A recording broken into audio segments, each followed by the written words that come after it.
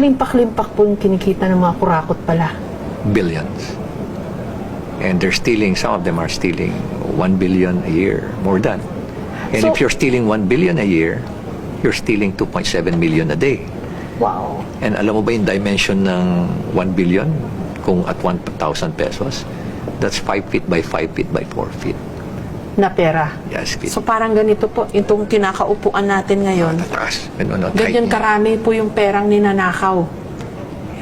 More than pa. Dati-rati akala nila kasi billions lang ang ninanakaw eh. No, it's not. It's in billions. Bilyones po. Dahil sa inflation rate, tumaas din po yung ninanakaw nila. Yeah. Sabi nga ng isang kaibigan ko, sa kaibigan ko lang, alam mo, kung minsan nahiya na ako, Mayor, sabi niya, yung mga kasamahan ko, hindi na gumagamit ng cash vault eh. Ginagamit na nila room vault, kwarto na. Kwarto kasi na. hindi magkasya. Ang gagawin nila, bibili sila ng mamahaling mga condominium unit. 2 to 3 to 4 bedrooms. Tapos yung isang bedroom, i-convert nila into a room vault.